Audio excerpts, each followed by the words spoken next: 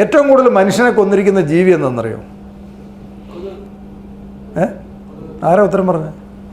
നല്ല കറക്റ്റായിട്ടുള്ള ആൻസർ. പണ്ടത്തെ കാലത്ത് ആൾക്കാരുടെ ലൈഫ് എത്ര വർഷം വരെ ഉണ്ടായിരുന്നു? നമ്മൾ ചില ആൾക്കാർ പറയുന്നുണ്ട് പണ്ടത്തെ കാലത്ത് ഒത്തിരി ആയുസ് ഉണ്ടായിരുന്നു, ഇന്ന് നേരത്തെ മരിക്കാമെന്ന്. അല്ല, അത് തെറ്റായിട്ടുള്ളൊരു ഇൻഫർമേഷനാണ്. പണ്ടത്തെ കാലത്ത് ഒരു ആയുർദൈർഘ്യം എന്ന് പറഞ്ഞാൽ 50 വയസ്സൊക്കെ ഉണ്ടായിരുന്നുള്ളൂ. 50 വയസ്സ് ഉണ്ടായിരുന്ന ആൾക്കാർ, ഇതിനകത്ത് ഇരിക്കുന്ന ഭൂരിഭാഗം ആൾക്കാർ പക്ഷേ പണ്ടത്തെ കാലത്താണ് മിച്ചം കാണിയല്ലായിരുന്നു നമ്മളൊരു മീറ്റിംഗ് കൂടാനായിട്ട്. അത് സത്യമാണ്. യോഗികൾ സന്യാസിമാരിരുന്നിട്ടുണ്ട്. നമ്മുടെ ഇവിടെയൊക്കെ പോയി തമസ് ചെയ്തുകൊണ്ടിരുന്നവർ 150 വർഷം വരെയൊക്കെ ജീവിച്ചിരുന്നതായിട്ട് പറയുന്നുണ്ട്. പക്ഷേ അതല്ലാതെ നോർമൽ ആൾക്കാർ 45-50 വയസ്സിനൊക്കെ മുമ്പ് എന്തെങ്കിലും അസുഖം വന്ന് മരിക്കും. അത് അസുഖത്തിനെ പൊതുവെ പറഞ്ഞിരുന്ന ഒരു പനി വന്നു മരിച്ചുപോയി, ഇങ്ങനെയൊക്കെയുള്ള പഴയ സ്റ്റോറികൾ നിങ്ങൾ കേട്ടിട്ടില്ലേ? പൊതുവെ ഈ പകർച്ചവ്യാധികൾ വന്നിട്ടാണ് മരിച്ചത്.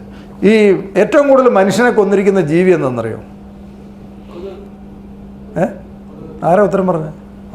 നല്ല കറക്റ്റായിട്ടുള്ള ആൻസർ. പൊതുവേ നമ്മളെ വിശ്വാസം കരടിയാണ്, പുലിയാണ്, കടുവയാണ്, ആനയെന്നുള്ള. ഏറ്റവും കൂടുതൽ ആൾക്കാരെ കൊന്നിരിക്കുന്ന കൊതുകാണ്.